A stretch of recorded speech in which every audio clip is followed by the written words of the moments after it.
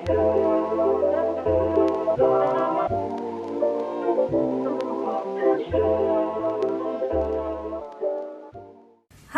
this is Shuni and welcome to Shuniland.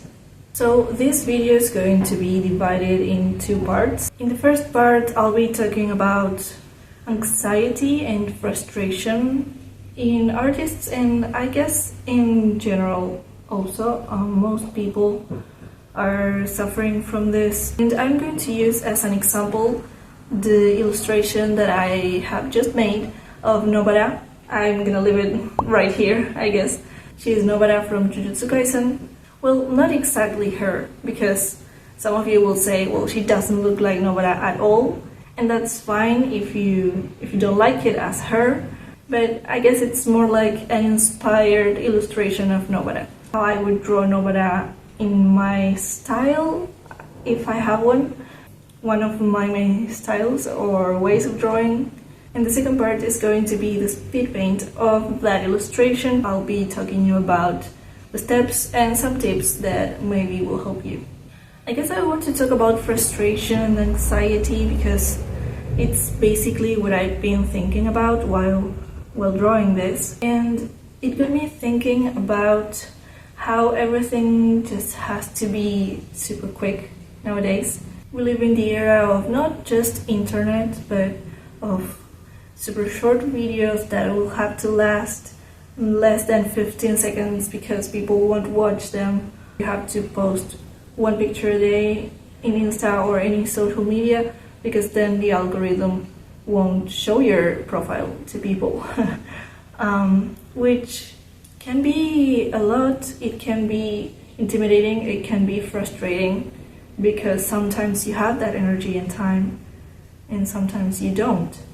Even more if you're an artist, but if you're not, it's the same thing, I guess. We're human beings, we're not machines, we have our days, and also life is complicated. When I started my Insta account, my art Insta account, you have it right here, I started creating cute little drawings that I really love. It's not that I don't like them, please don't misunderstand me. I love drawing them because they are so just simple. They can relax and chill while drawing them. But at the same time, I remember I was like, okay, I have to do this quickly, so the simplest thing I can imagine, I'll draw it, you know? And maybe I loved the results, because this is not about the results. Then I'll talk about the results, which is something different. It's about the process. What I'm talking about is that time that you dedicate to something that you like. I'm not saying it's not okay. Hummingbird. Oh. I'm not saying it's not okay to draw simple things. I admire a lot of people who draw simple things or have a simple style. It's not that everything is simple, but maybe their style is not realistic. But yeah, I was like racing myself to draw something and post it, and even doing that, I didn't have enough time to post one picture or drawing per day. At that moment it was fine because that was my mood. Those were the things that I wanted to draw. But right now it would be kind of frustrating if I were to do that because I just want to draw portraits now. As I said in my previous video, I am in my portraits phase. It's not as quick as drawing this illustration, for example. So I was drawing at first with this exercise that I was making before of saying I have to draw quickly because I want to post this as soon as I finish it. And I realized that's not the way of drawing a portrait, like the way I like to do it, you know? So then I just said, okay, just take your time and you finish when you finish. It's fine. I think one of the things I hate the most is racing all the time, having to go running everywhere. The feeling of having no time, of having no hours of the day that are enough to do everything I have to do. I just hate that feeling, and I realized that it gives me a lot of anxiety, and that anxiety becomes anger. And I just don't want to be an angry person. I just want to be a calm, happy person that enjoys life. And I can't be that if the one thing that makes me happy, that is drawing, I do it just in a rush. Maybe it's fine for you and you realize that the things that give you anxiety are others. Like, it can be the exact opposite, making everything slow. Well, I'm a slow person. I need my time to get up in the mornings. I need my time to go to bed at nights. I just need to be at peace. That's when I feel the best. But it can be the opposite to you. The important thing is that you realize what is making you anxious and try to avoid it somehow. And to me, avoiding it was saying with this drawing, okay, I'll just stop racing myself.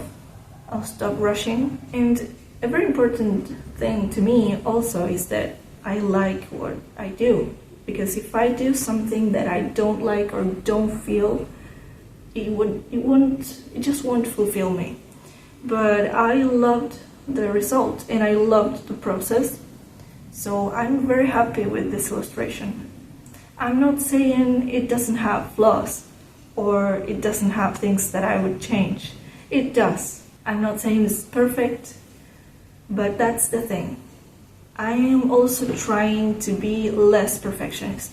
It's not that I want to blame everything on social media because I just love social media. But while we are scrolling and scrolling, we are watching other people either being happy or sharing an accomplishment.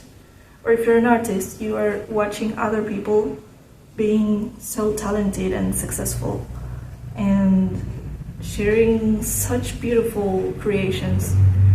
And you, not on purpose obviously, but you compare to them. Your mind is saying you can't do that. And do the exercise. When you touch that screen and like something, ask yourself, would I be able to do that? Even if it's not art, even if it's just someone having fun at a party. And maybe you can do that, obviously most of us I think can, but maybe just not right now. Maybe you're not feeling happy today, or maybe you're just tired, or maybe you just can't because you're at work, or you have a lot of work to do. And if it's art, then you'll say, I probably can't. And that's sad because that is the number one factor of our frustrations, I think, in this era. And the second is when you start doing something, because maybe you say, okay, I'll try doing it. I don't think I can, but I'll try it. And start trying, and obviously you make a lot of mistakes. You don't know how a lot of things are made, or you don't know some technique, or you just don't know where to start maybe. And the moment your mind realizes that you're not doing what you expected to do, that you're having some troubles, because all of us have, the moment your mind realizes that, it's over. Frustration has joined the chat. And I'm saying this because I feel it, and because I also see it in my students. I'm a graphic designer and I'm an assistant professor at the university in 2 subjects. And I've been for 2 years at least. And year after year, I see this more. Like every year, it grows. The amount of students that have this block, because I think it is kind of a mind block. They try something for the first time, calligraphy for example, or lettering, or just drawing a letter with every part as it should be drawn. And they just say, oh no, I can't, I'm not made for this. And they are on their first try ever. And the thing is, you have to try and practice, maybe for years. Because what you see online is not just a random person that one day got up and said, oh, I want to make this drawing today. Just did it in 30 minutes and published it, and it was a success on Instagram and went viral and everyone loved it. It's not that, it's someone that has been working on their style, on their technique, on their journey, art journey, or whatever journey it is. They have been working on that for years, and we just see it in 1 second and think, oh, this person is so talented. And of course, they end up being these huge and talented persons, but they have practiced a lot, and that is what we have to learn. And I say this to myself also. I'm sure that if you ask that person, do you see any flaws in your art or in your creations? They will say yes, because all of us do. I guess that's part of being a human being. We are perfectionists, and even more with our own work. But we have to try to let it go. So at some point, you have to decide to finish that drawing, and it ends there. Of course, you can make it better and make some adjustments, but that would be an endless work, because you will always be thinking, oh, and I can add that, and I can improve that part. So I guess the point of this chat and on this video is work hard, practice. If you want to get somewhere, practice and do something every day to get there. But at the same time, at some moment you have to stop. We're not machines. And perfection doesn't exist. And I know this sounds cliche, but it's true. We have to remember also that art has steps. And some steps, that thing doesn't look good. I tell you. And you think it's going to be a mess, and you think it's going to be awful, and you just have to keep working, because it's going to be great if you keep working. Just don't leave it there. Give it time. Give it time to grow, to mature, and you're going to make that happen. You'll see what I'm talking about in a few seconds when I show you the Speedpaint. I thought at first, oh my gosh, what am I doing? And I am so happy with the result. So just be patient. Be patient with yourself. Be patient with your art, with your skills. Just don't quit. If you're a student, or if you're someone that is learning something new, or an artist that is always learning something new, be patient. I promise you it's going to get better. So I guess that's the message of this video. Never stop working on your skills, be patient, and have fun. Have fun in the process. Because if you're doing something that you like, it's because you want to enjoy it. So please enjoy, even more if it's art. Don't compare yourself to others. And yeah, I think that's what I was trying to say. I'll leave you with the Speedpaint. Please, if you want to help me, you can subscribe, you can comment what you think, you can comment your experience with this topic, you can click that bell icon so you get notified every time that I upload a new video. But most importantly, I think this video is to share. If you think this video can help someone, someone that is going through frustration, some frustrated artist, some anxious friend that you have, someone that is going through a hard time because they feel that they are just stuck, please share this with them, and who knows, maybe it can help. So I'll leave you to the Speedpaint. Hello, this is VoiceOver Shuni, and this is your time to chill and watch me work. As you can see, I'm using as a base the traditional drawing that I did before. You can see me doing it in my previous video. So I scanned it and I opened it in Photoshop so I can work with those lines as a base, but then you'll see that I'll stop using it. What I'm using right now is using the brush and the eraser to create the colors and the shapes of those colors that I'll be needing as a base. Obviously, this is my way of doing it. There are as many ways as people, I think. but this is just the way I do it, or the way I did it that day, because it also changes. At this point, I'm not really worried about getting the right tone, the right skin tone or the right hair tone. I'm just focused on the shapes.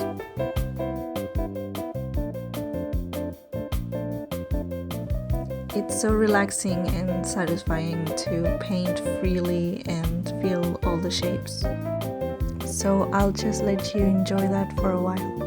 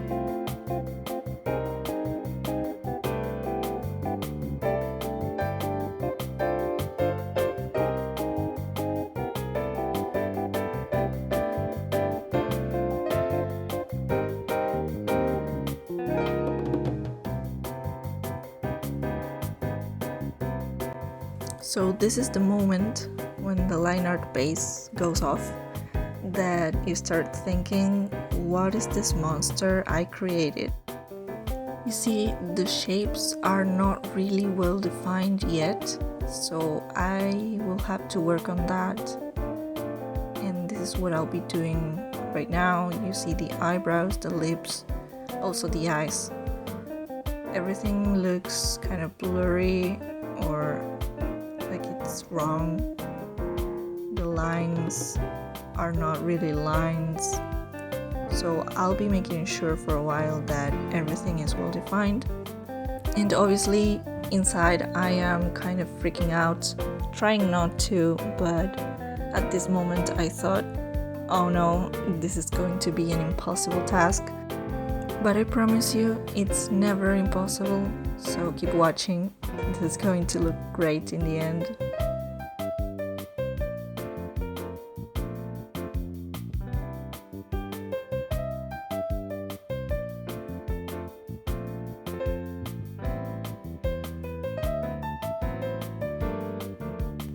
And here starts one of my favorite parts of all, and it's the shading.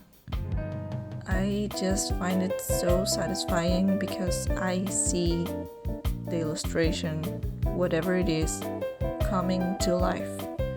Adding shadows and lights, I think it's the best way to make your drawing feel alive.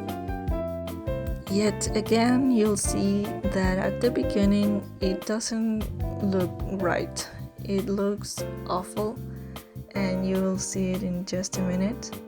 With the line art base, it still looks pretty good, but when it goes off, it looks like a monster.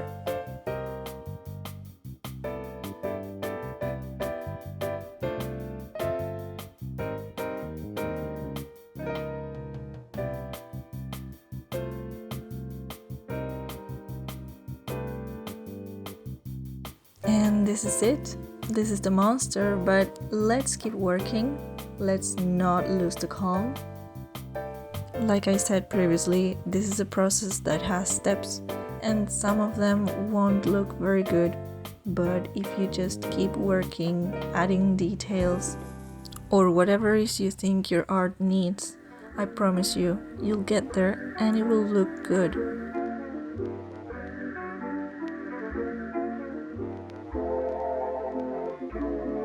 still looking like a monster here, but I'm showing you this and telling you this for you to realize that everyone has their struggles.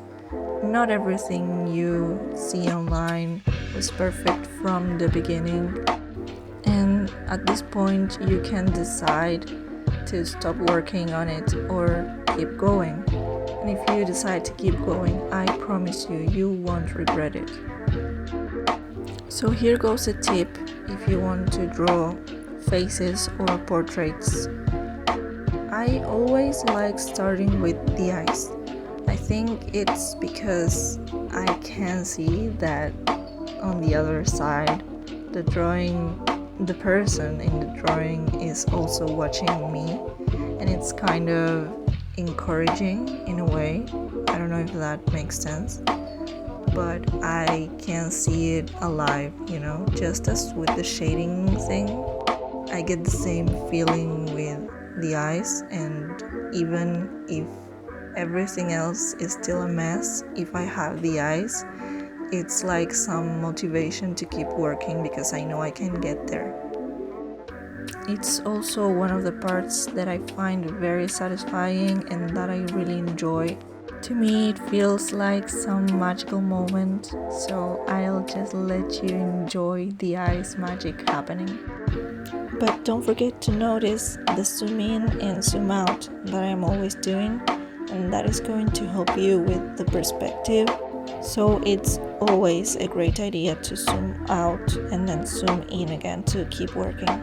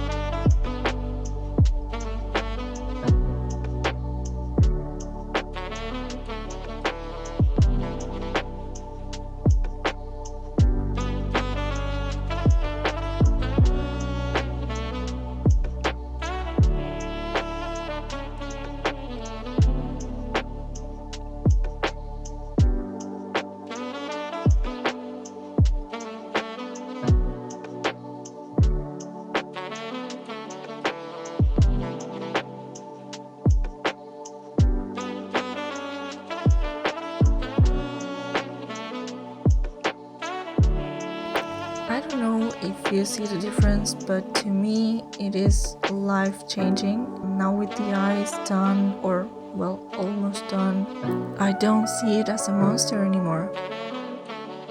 I lost like an hour or so of shading, so this is why now everything looks so different. My laptop decided that it was too much screen recording. But if you like how this shading looks, here's a tip for you. I did some part of it with blue, not with gray or black or dark orange or a dark version of this skin tone, no. decided to go for blue because orange and blue are the opposites that complement each other, so blue was the perfect choice in my opinion to shade orange. So we're getting to the end of this video. Please tell me in the comments what you think. You can like and subscribe, of course, and don't forget, never stop working.